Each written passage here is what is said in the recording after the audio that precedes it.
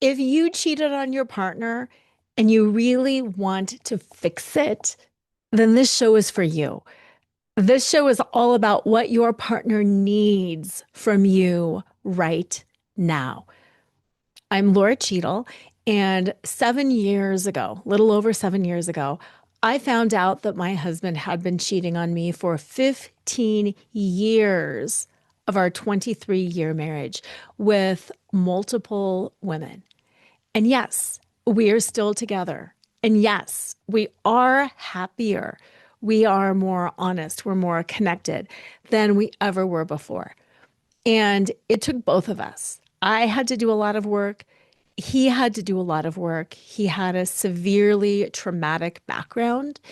And we both had to own and change things and show up vastly different for each other.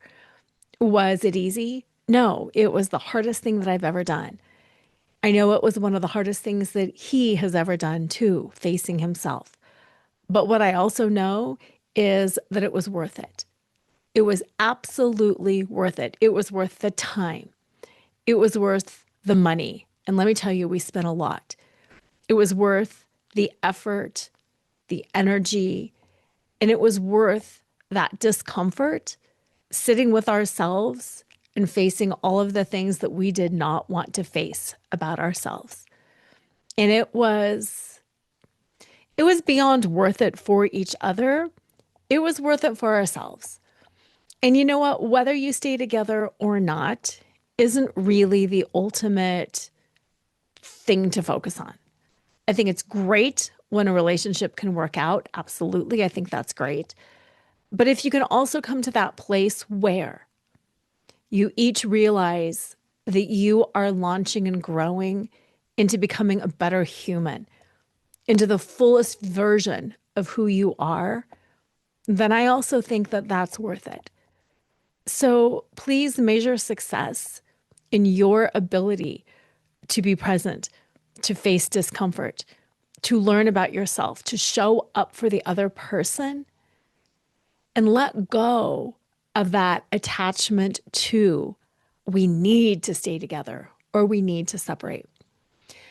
Because what I want you to know, what I want you to know, betraying partner, is your partner is angry, angry beyond words, and hurt and devastated, and is feeling so much right now.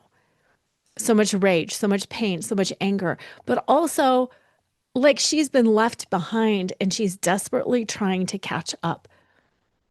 I don't know how long it's been since you cheated, but you've known about it all along and she hasn't. And part of her feelings, part of her triggers, part of her anger and rage is desperation to try to catch up. Because let me tell you this, we don't want to be left behind. We don't want to be left in the dark. We don't want any of that. And while there's absolutely rage over the emotions, the sex, whatever, there's also a real deep, guttural, sacred rage over just not knowing. It's an ancestral rage because for too long, women haven't been told what's up. Women have been kept in the dark. And the rage that your partner, your wife is tapping into, does it have to do with you? Of course it has to do with you, but it also has to do with this sacred rage, this ancestral rage. I'm getting emotional just thinking about it, but it's the rage of generations of women, generation upon generation of women who have been lied to, manipulated, kept in the dark, and most importantly, who have had their choices taken away. And when you realize the power of that anger and of that rage, it can make you, as the betraying partner, want to run away. I get that. But what I want you to know is together you can heal. And again, whether you stay together or not is not the issue. But can you stand in your power And can you take the fire of that sacred rage of generation upon generation of women who have had their sovereignty denied, who have had their choices and their power taken away? And can you be man enough to hold that, to drop into your own heart and ultimately receive what you want to receive as well, which for most of you is a happy, healthy, loving, bonded, authentic relationship with your wife. So if you can relate, then this is absolutely the show for you. You have betrayed her. It doesn't matter if it was sex, if it was emotions, if it was, air quotes, just lying or misdirection. The reason you are here, the reason you're listening to me now, the reason your wife or your partner gave you this episode is because she wants you to know these things. These are the things that my husband, Sean, wants you to know. These are the things that he would share with you if we were sitting here together. And yes, we do have another show with him coming up. So stay tuned for that. Men are really good at fixing things. That's the direction that men go in. They want to fix what's broken.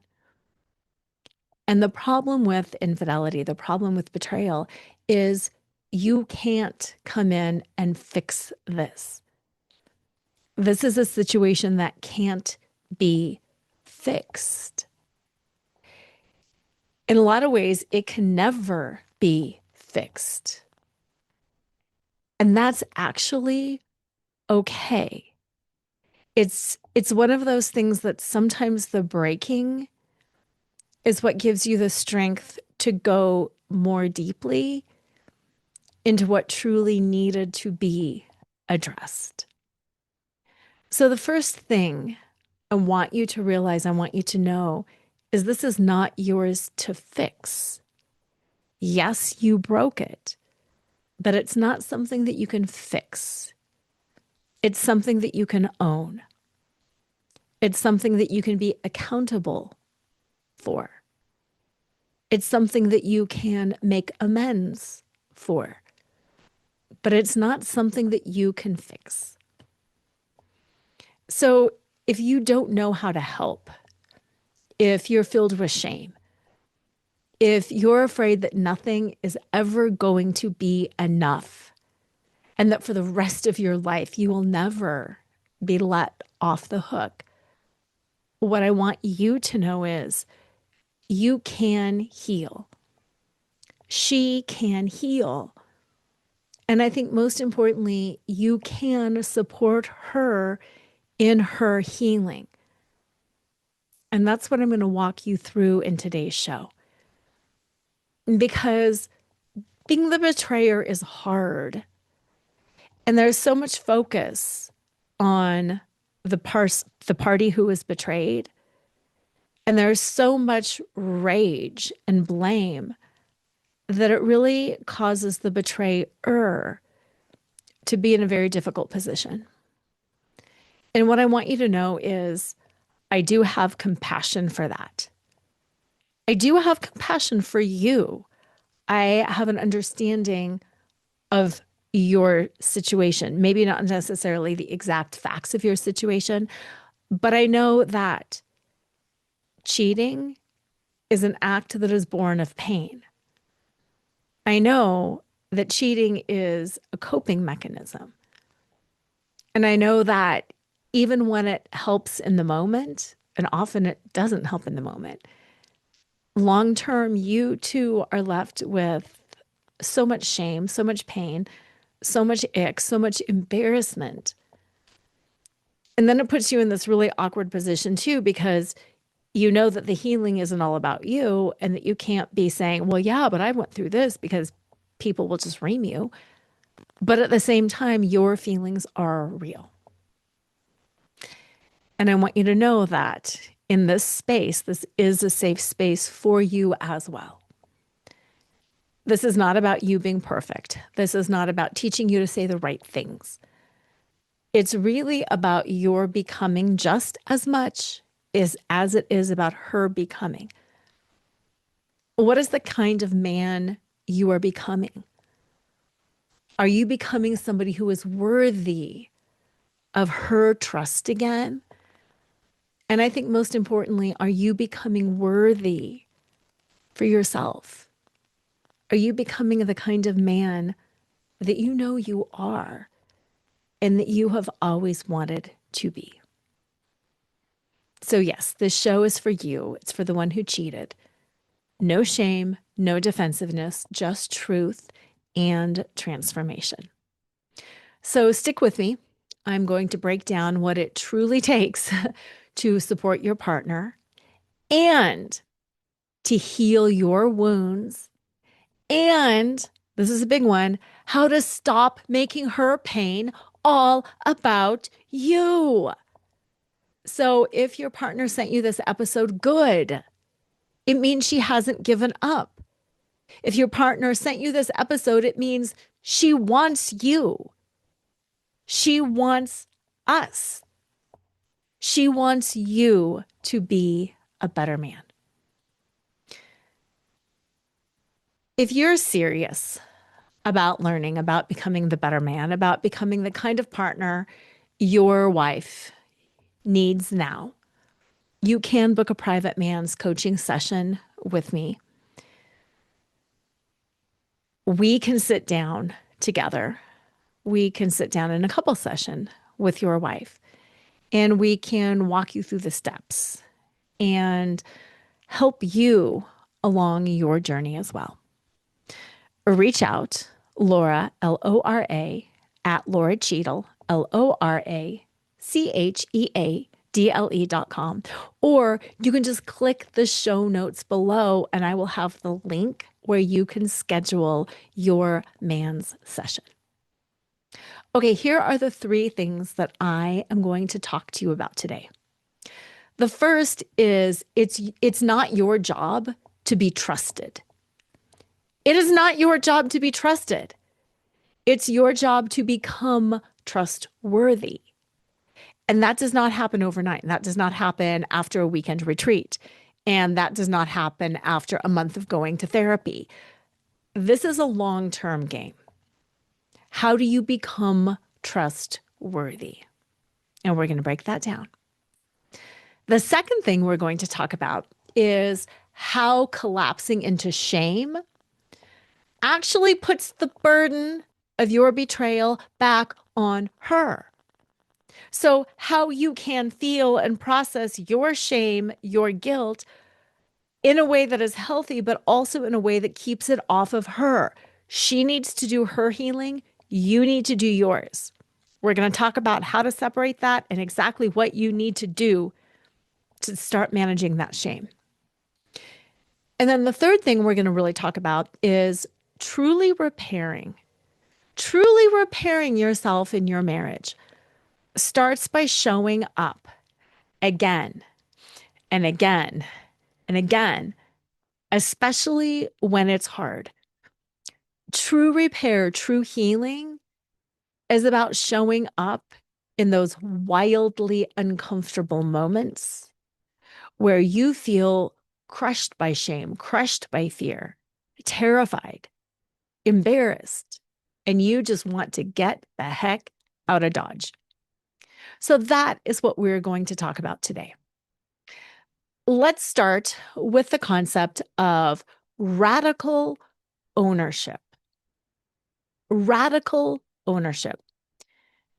Like I said, the top 3 things, your job is not to be trusted, it's to become trustworthy. The second thing is how to manage your shame so you don't collapse and devolve into shame and put the burden back on her. And the third thing is how true repair starts by showing up again and again and again, even when it's hard. So the first part of this is about radical ownership. It's about not minimizing what happened, because that's what we want to do. I did it because I was hurting too. I did it because we had been disconnected for months. I did it because I thought you were going to leave me. I did it because I wasn't getting any sex. I did it because you were too preoccupied with your job or the kids.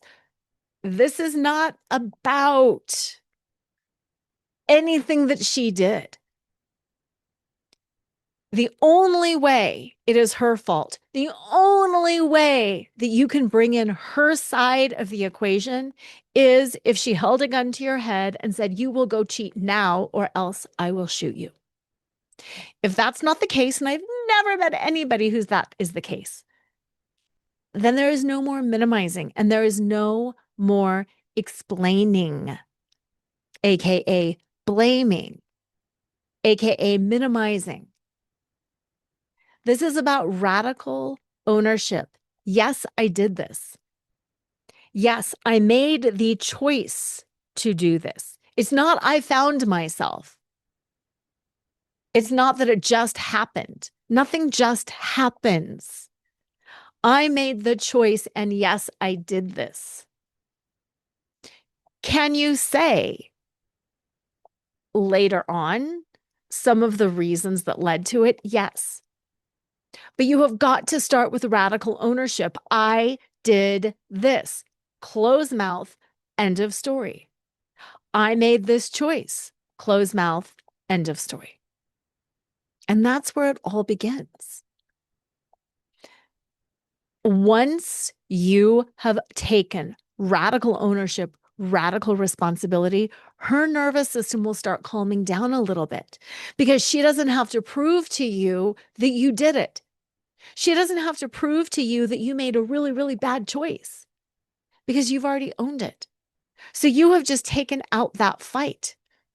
You have just calmed the relationship and you have put yourself on the same side as your partner. I know it feels scary.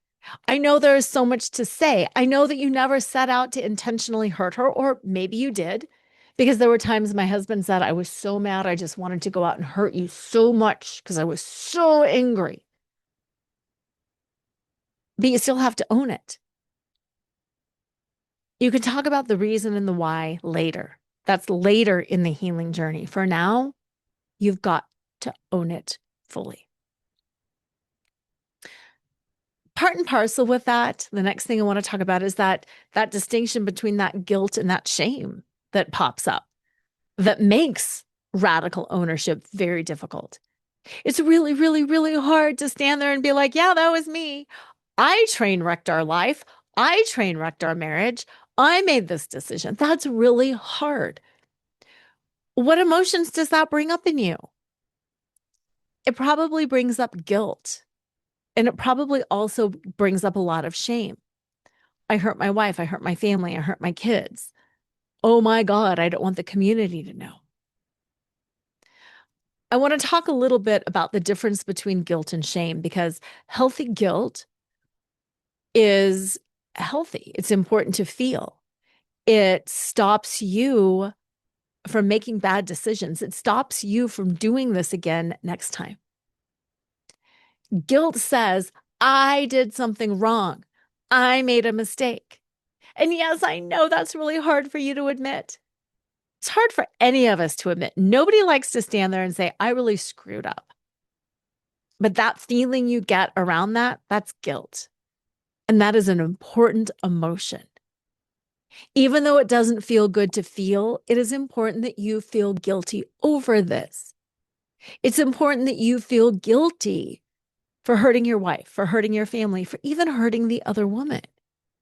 That guilt is an important emotion to feel, and I want you to feel it because it will help correct your behavior, your thinking in the future.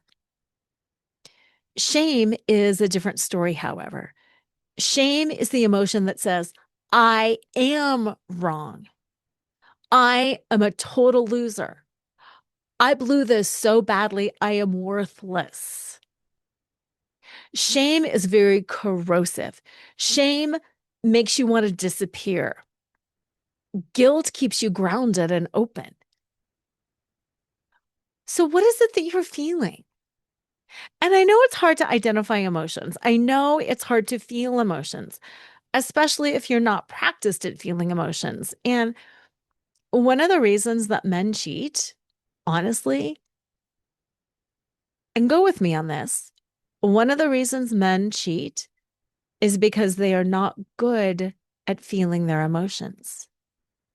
I am guessing that you cheated to make yourself feel better, but that you couldn't articulate what it was that you were feeling. You just knew you were dissatisfied. You just knew you were somehow disconnected. You just knew there were problems at home, whatever it was. But you probably weren't good at articulating. You probably weren't good at going to your partner, your wife, and being like, I feel sad. I feel afraid. I feel not manly enough. I feel like I'm aging. I feel like I need attention from other women. I feel like I'm never validated. I feel shame.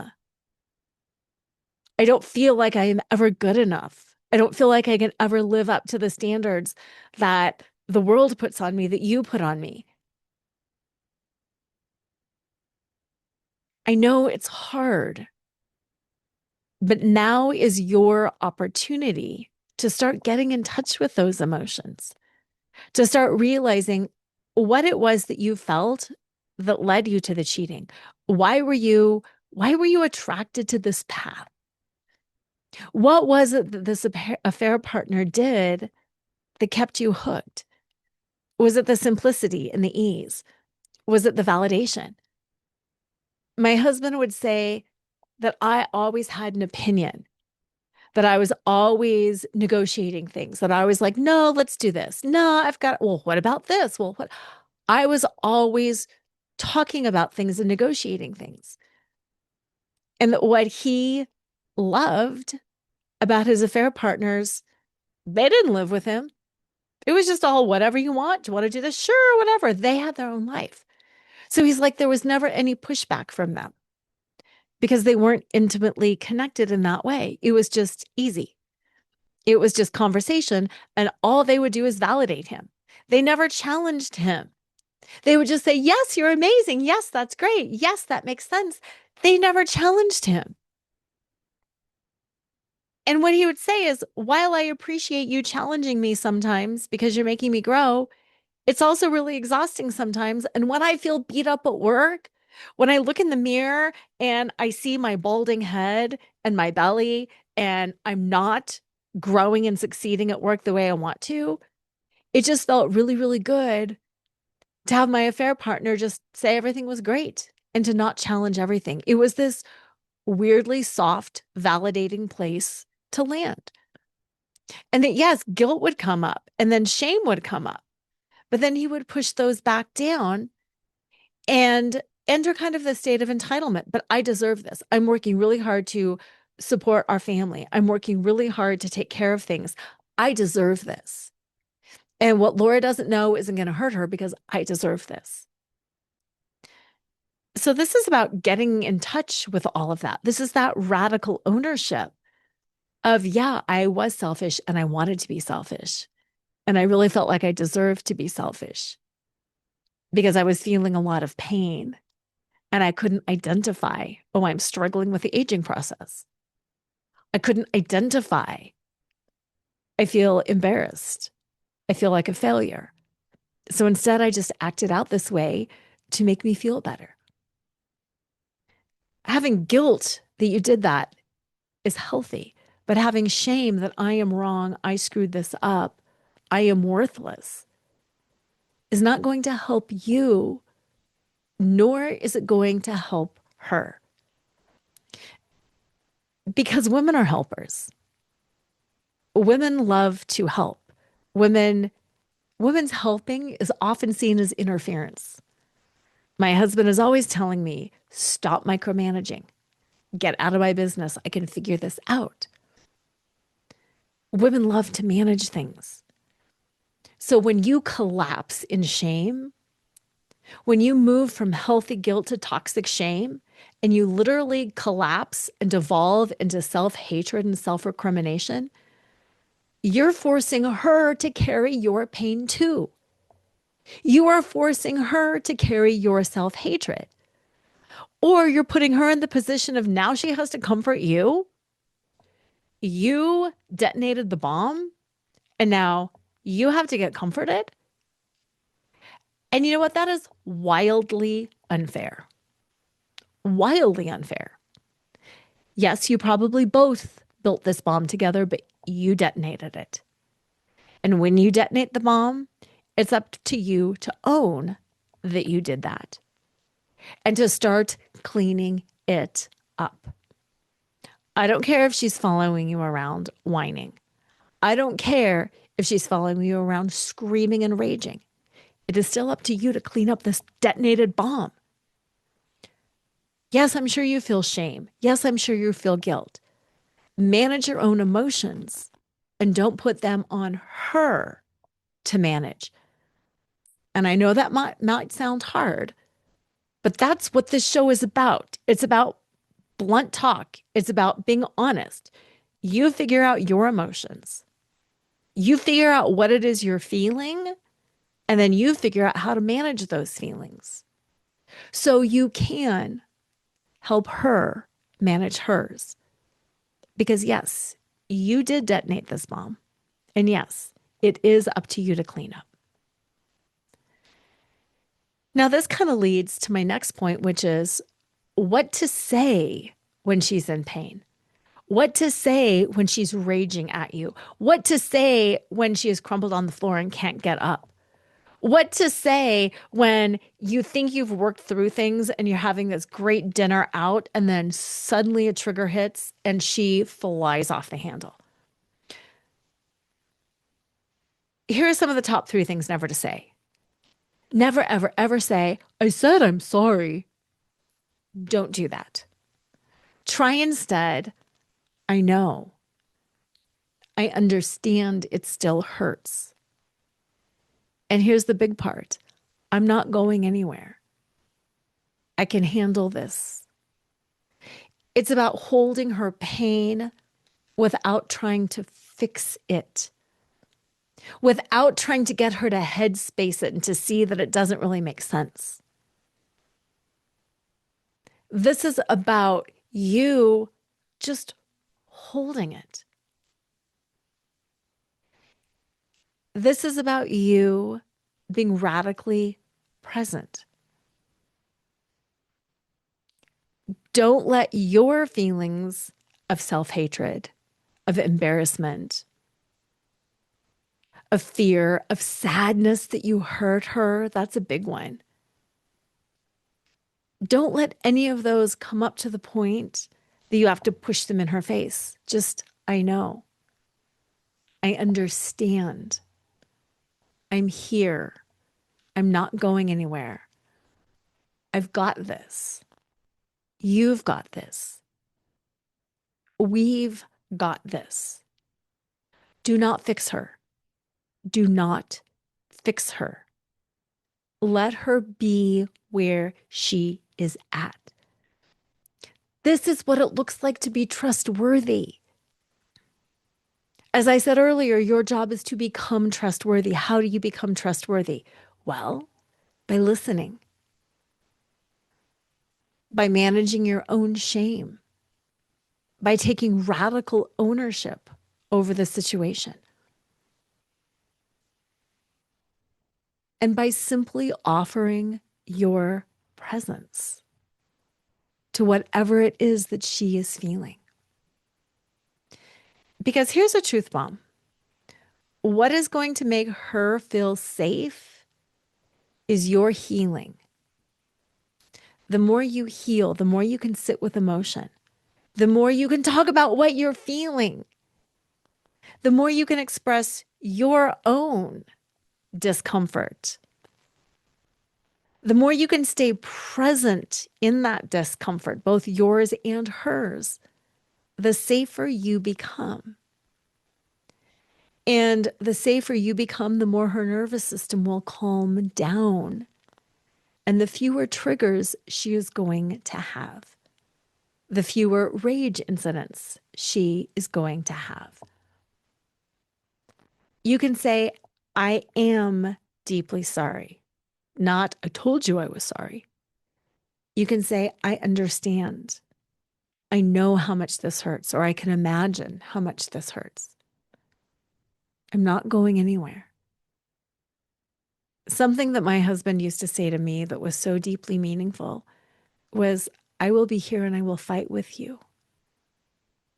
I will fight for you. I will fight with you. But I'm right here. And we have got this together.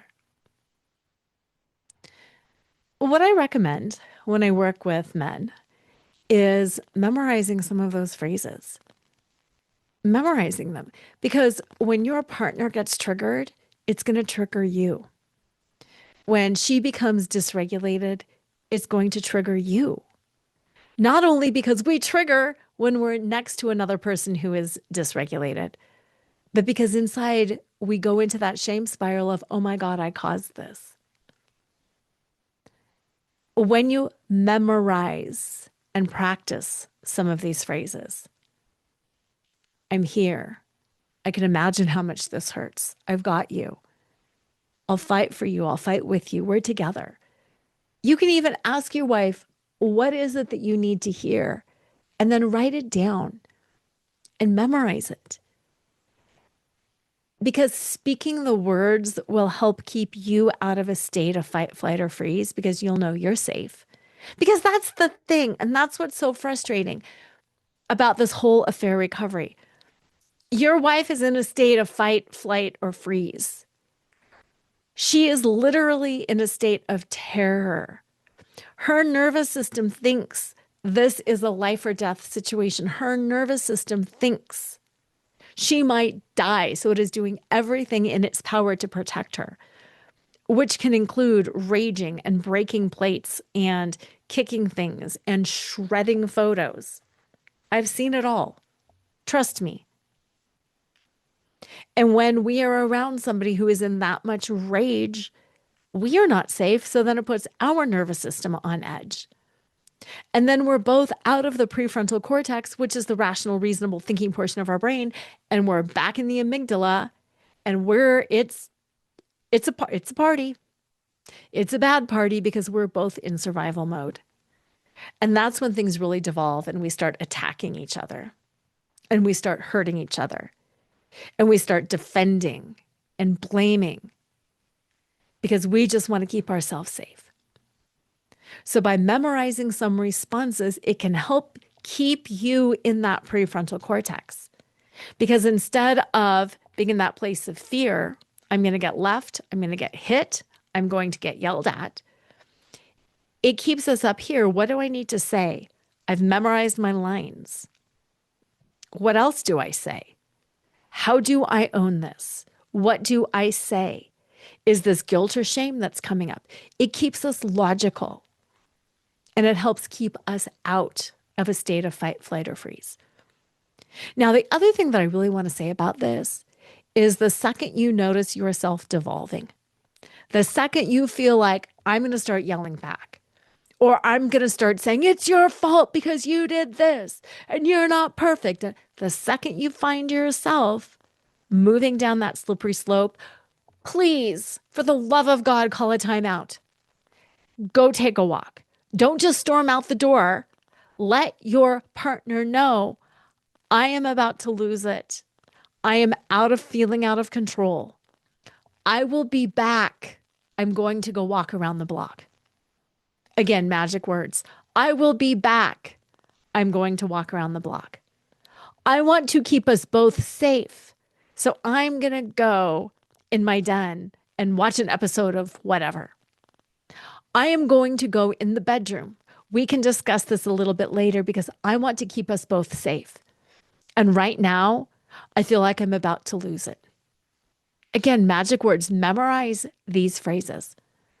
Use your own words, of course, but memorize these phrases and get out of there. Because part of the job of healing, here's a secret. Here's a total secret. Whole masculine feminine dance. Her job is to push you to the point of breaking. Her job in healing is to push you to the point of breaking. And when you break, That's when you lose. That's when she sees you as not safe because you can't take it. So the more she pushes and the stronger you are, that's where you win. The more she pushes and the stronger you are, that's where you win. Do not devolve. Separate yourself. Breathe. Take a walk. Go watch an episode of something. Call a time out. You can come back together in an hour, the next morning, in 24 hours. Please don't make it go beyond 24 hours. If you can get back to her within 24 hours, but this is your masculine strength. This is you not being rocked. I can take your storm. I caused this. I can take your storm. I can take your rage, your anger, and I am here and I will fight with you and I will hold you. And right now, I need to keep us both safe. So I am stepping away. This is called boundaries. Notice it is not, you need to back off. You need to be quiet. You need to. It is you. State what you need to keep you safe. State what you need to keep both of you safe. Assume she is already out of control. The second she's triggered, she's not in her prefrontal cortex. You need to be the man. You need to be the proverbial man. You need to be the leader through recovery. You need to be the leader through recovery. I hear you. I feel you.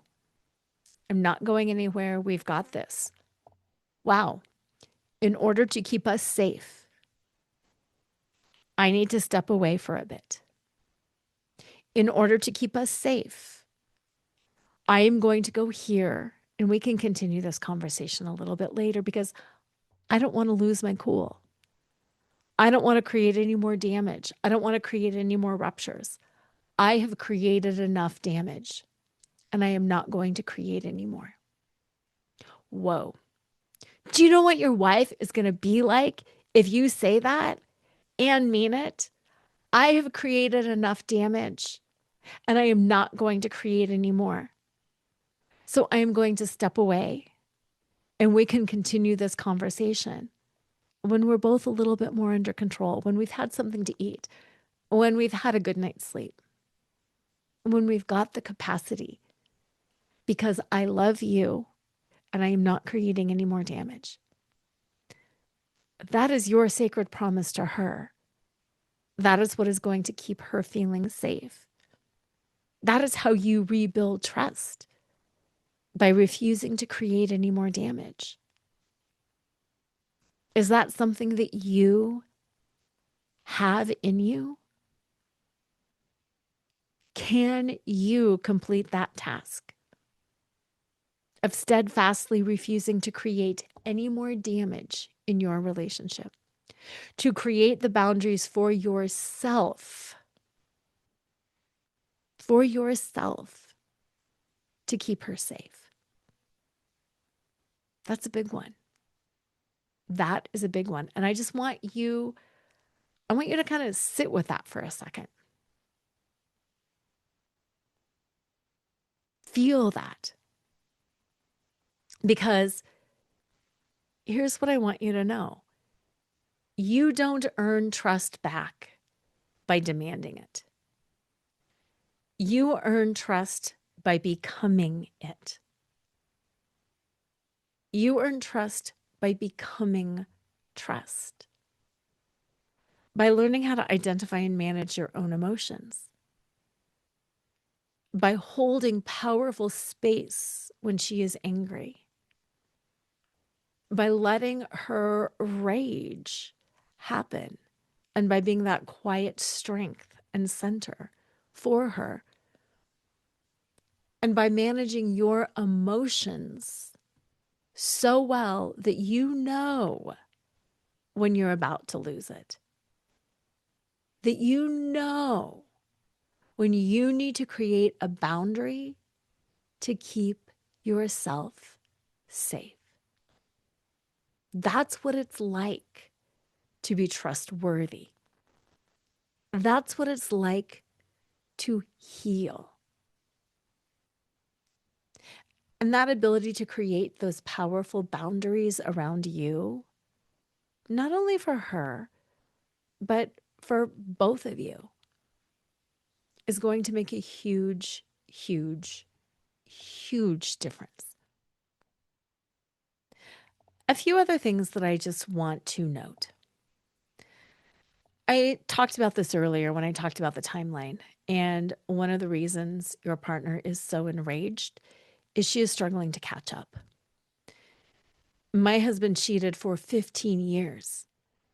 By the time I found out, he had a 15-year head start on knowing what was going on.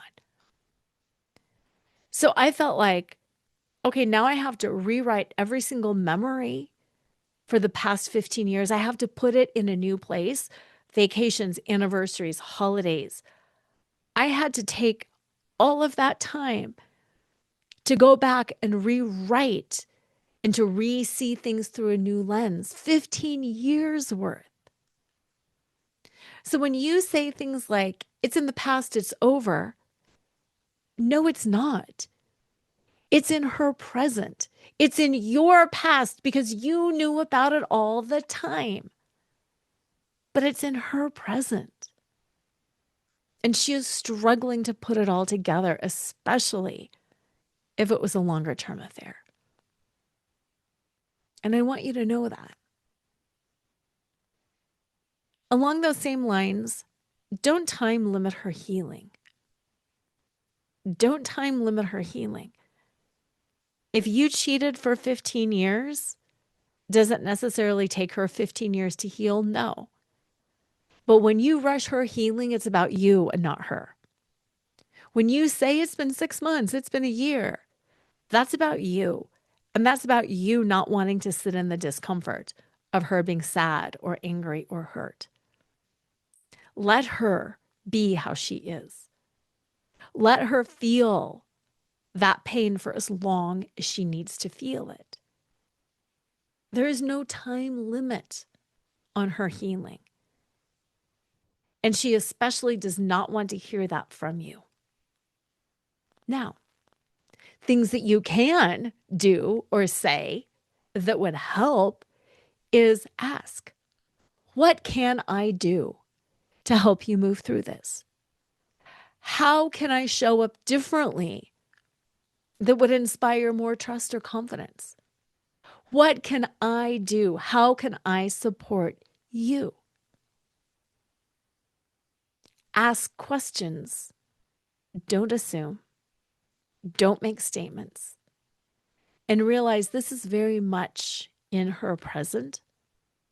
And it's going to take her exactly how long it takes her to heal. And that the fastest way through that is you being open, you being present, and you asking questions. What do you need? Do you need to talk about it? Do you need to not talk about it? What do you need?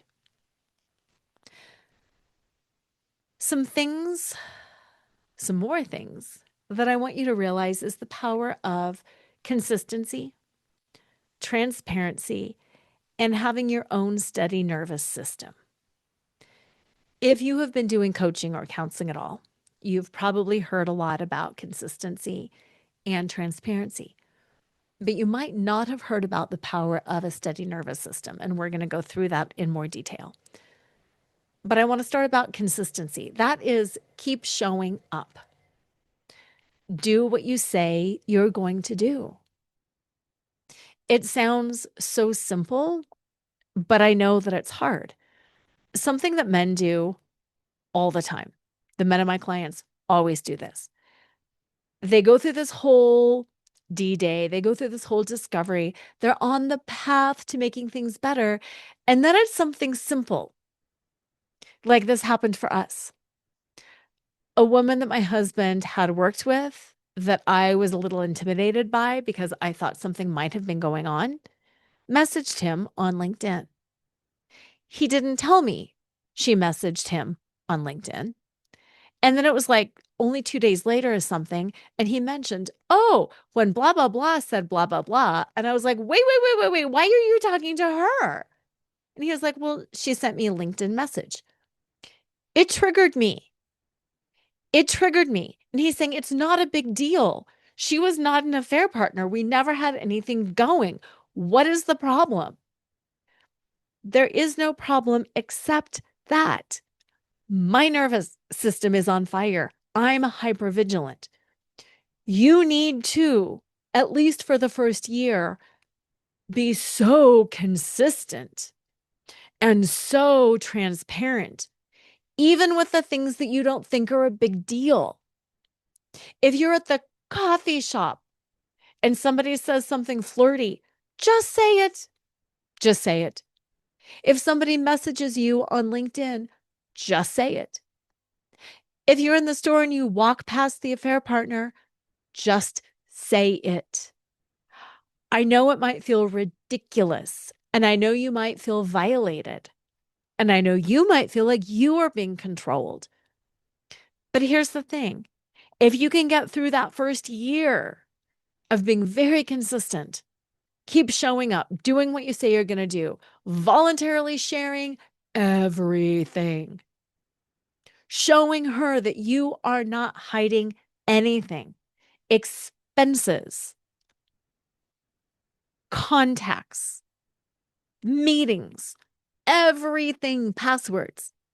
If you do that for the first year, she's going to heal more quickly and her nervous system will calm down. And I want to be clear, it's not do this and then she'll get off your back. It's do this so she heals so you can build a better partnership. Because ultimately, the goal here, and I want to be very clear about this, the goal here is not for you two to be tracking each other the rest of your life. The goal here is not to be suspicious. The goal here is not to constantly having her check your phone and for you to feel like a toddler who is always being checked on or a bad guy who's hiding something. The goal is to get through this crucial phase of nervous system activation. The goal is to get through so you can start building a loving, trusting relationship again. No, 3 years later, she's not going to be checking your phone all the time. No, 3 years later, it's not going to be like, oh my God, I really have to say because I walked by so-and-so in a hall. No, the goal is building enough trust and enough safety that you can be more autonomous beings, not hiding anything. No. That's all done. But it's about meeting her needs right now and calming her nervous system down because nervous systems co-regulate off each other. If I'm agitated, the people around me are going to be agitated. If the people around me are calm, eventually I'll calm down. So when you and your partner are both hypervigilant, when you're, oh my God, she's checking my phone again. I am not doing anything. This is over. Are you kidding me? I don't want to live my life like a kid being checked up upon all the time. And you're agitated, and then she is getting more and more fearful. Why did he change his password? Why does he not want me to see? Why didn't he say anything about that? What don't I know about that? You feed off of each other and you agitate each other more. So learning to calm yourself, especially when she's dysregulated, is going to help you both. Some wonderful language my husband and I have developed through this is asking each other what we need. And yes, I know sometimes it sounds a little clinical, but it really helps. The other day, I had misplaced some jewelry and I had this panicked moment because we had just had some house sitters at our house. And I had two back-to-back trips.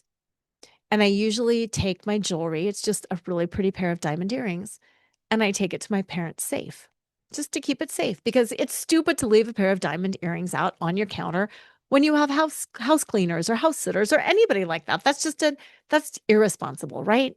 Right. Because I had these back-to-back trips, because I couldn't remember what was going on, I had this huge moment of panic when I went to put my earrings in and I couldn't find them. And my head started spinning. And I'm like, did I take him to my parents safe? I knew I took him for the first trip, but I couldn't remember, did I take them back and not take him for the second trip? And I just kept remembering my earrings sitting on the counter. And the more I looked and the more I couldn't find them, the more stressed out I became and the more agitated I became. And I felt angry that, oh my God, somebody stole this from me. And then I felt stupid. Oh my God, how could I have let myself do this? And then I started feeling like I wanted to blame. It's my husband's fault because he booked two back-to-back trips and he knows that would have been too stressful for me. Like I'm going all of these places in my brain because I'm dysregulated. So what I did is I called him and I said, I need you to regulate me. Just those words let him know what I needed from him. I didn't need him to start being like, oh my God, you are so stupid. What did you do? Why didn't you leave him in the safe? Why didn't you leave him here? Well, what do you not know about that? Well, what do you think you did? He didn't attack me. He didn't blame me. He didn't try to problem solve. He didn't say, let's look over here. All I said was, I'm losing it and I need you to regulate me. And he came in and he regulated me. What do you need? And I said, help me look. And then he quietly helped me look. And then he said again, what else do you need? Do you need to call your parents and see if they're in the safe? And it was interesting because I started arguing with him. No, I don't need to call them. And he very adeptly said, let's just figure that out. Let's just give him a call. And guess what? When I called and my parents checked the safe, they were in the safe. I didn't remember taking them over for the second trip, but yes, they were in the safe. And he hugged me and he breathed with me and he did what I asked. And he didn't fight me and he didn't blame me and he didn't push me and he didn't do any of those things. And in the past, pre-infidelity, that's what would have happened. I would have been like, oh my God, I can't find my earrings. And then he would have been, what did you do with them? And then I would have been, I don't know. And then it would have been this blame game. How could you have done this? What would have happened? And we would have ended up both angry at each other. And we would have lost track of the whole situation because we were just poking at each other. So I tell that story because I want you to know a couple of things. Nervous systems feed off nervous systems. I was more calm because of him. I had the language. You and your partner can develop that language too. What do you need? How can I support? And through that, you can become closer. You can become helpmates. You can be the leader. It's about you holding space, not defending. It's about you creating safety. And with every safe interaction, her brain will start to rewire. It's about understanding that her triggers, her rage, her intrusive thoughts, it's truly a symptom of her pain. It's not about you. It's not a punishment to you. It's a symptom. Let her feel it.